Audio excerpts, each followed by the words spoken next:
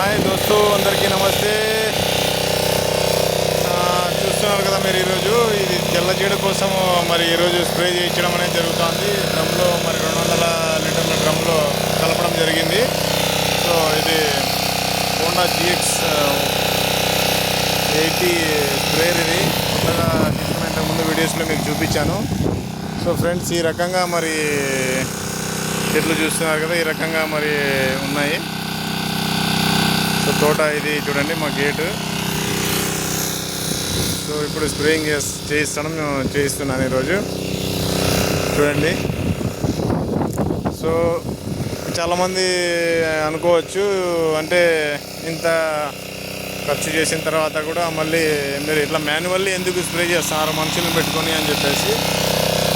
So friends, number 1 point ఏంటి అంటే, manually spray చేయడం వల్ల స్ప్రే చేయడంలోనూ, తర్వాత ట్రాక్టర్తో పెస్టిసైడ్స్ స్ప్రే చేయడంలో తేడా ఏంటి అంటే, ఒకటి ఖర్చు తగ్గుతుంది. మీరు ఇక్కడ చూస్తున్నారు కదా, చూడండి తోట యొక్క మీరు కండిషన్ చూడొచ్చు. సో ఇప్పుడు తెల్ల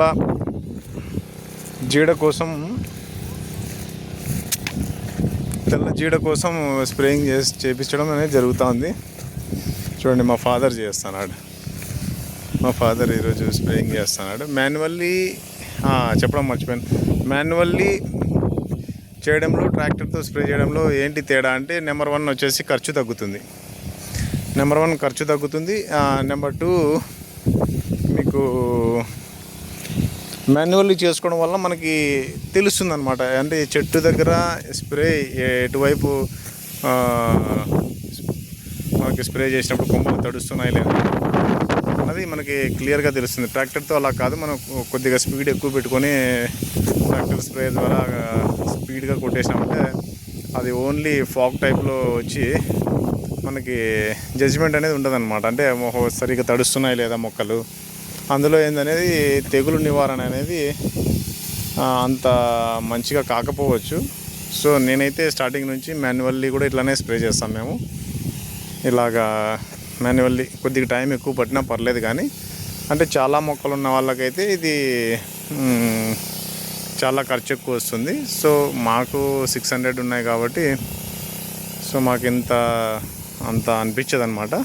సో ఎక్కువ మొక్కలు 4000, 5000 ఎక్కువ మొక్కలు ఉన్న వాళ్ళకైతే సో ఇది ఇట్లాంటిది పనికిరాదని కాదండి, టైం ఎక్కువ పడుతుంది. సో మీరు ఒక పక్క నుంచి స్టార్ట్ చేసిన తర్వాత మీరు లాస్ట్కి వచ్చే మొక్కలు అయిపోయేంత లోపు ఆ తెగులు అనేది ఎక్కువ కావచ్చు. సో మాదేంటంటే 600 మొక్కలు కాబట్టి మేము ఒక రోజులో కంప్లీట్ అయిపోతుంది. పొద్దున్న స్టార్ట్ చేస్తే సాయంత్రంలో కంప్లీట్ అయిపోతుంది. సో అందుకే మేము మాన్యువల్లీ స్ప్రే చేసుకోవడంలో కొద్దిగా ఇంట్రెస్ట్ అనేది చూపిస్తాము. చూడండి ఫ్రెండ్స్, ఇలా చూస్తున్నారు కదా, ఈరోజు తెల్ల జీడ అనేది కనిపించింది లైట్గా. సో ముందే నేను స్ప్రే చేయించడం అనేది జరుగుతూ ఉంది. చూస్తూ ఉన్నారు కదా, చూడండి ఫ్రెండ్స్, ఇలా ఈ రకంగా స్ప్రే చేస్తున్నారు. మా ఫాదర్ అని ఇంకొక అబ్బాయి పిలుచుకున్నాము. సో ఈ రకంగా స్ప్రే చేయడం అనేది చాలా లాభదాయకమని నేను అనుకున్నాను. సో నాకు ఇలా మాన్యువల్లీ స్ప్రే చేయడం వల్ల మంచిగా మందు అనేది మనం ఏం స్ప్రే చేస్తామో మొక్క అనేది బాగా తడవడము, ప్లస్ ఆ తెగులు అనేది కంట్రోల్ కావడం అనేది జరుగుతుంది. సో మేము మాన్యువల్లీ ప్రిఫర్ చేస్తాం అనమాట.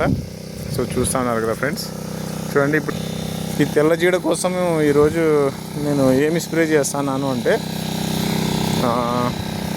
నేను యూట్యూబ్లో చూడడం జరిగింది, ప్లస్ నాకు తెలిసిన ఒక 10 ఏళ్ళ చేస్తున్న ఒక అబ్బాయి గురించి తెలుసుకోవడం జరిగింది.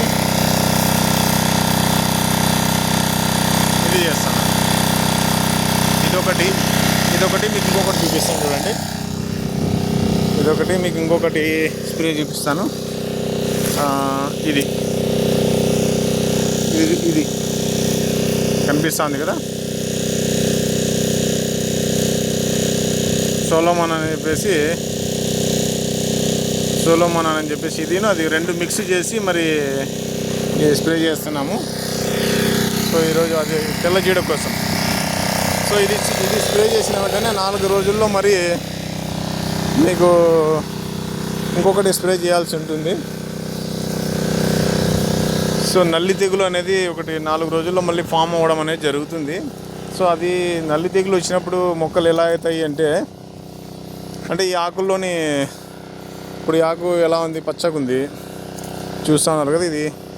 దీంట్లో అనేది పత్రహరితం అనేది వెళ్ళిపోయి ఆ ఆకు అనేది తెల్లగా మారడం అనేది జరుగుతుంది. అప్పుడు చెట్లు దెబ్బతినడం అనేది జరుగుతుంది. ఇప్పుడు ఇది కదా, ఇప్పుడు ఇది జీడకి కొట్టిన తర్వాత వెంటనే 5 డేస్లో మనం మరీ నల్లి తెగులు కోసం స్ప్రే చేసుకోవడం